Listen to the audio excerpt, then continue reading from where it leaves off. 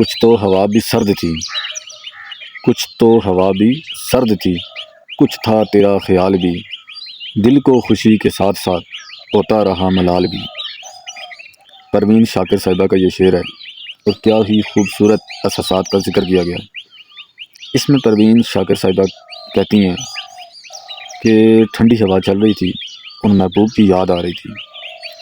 محبوب کی یاد سے دل میں خوشی پیدا ہوتی تھی، کیونکہ محبت کا احساس ایک بہت ہی خوشگوار احساس ہے، بلکہ یوں کہیں تو صحیح ہوگا کہ محبت کا احساس سب سے زیادہ خوشگوار احساس ہے، جس میں بہت زیادہ انرجی ہے۔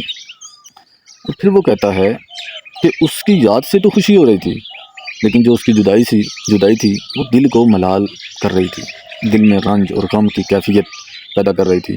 یعنی شاعر ایک ہی وقت میں دو متضاد احساسات کا سامنا کر رہا تھا، ایک طرف خوشی اور ایک طرف غم۔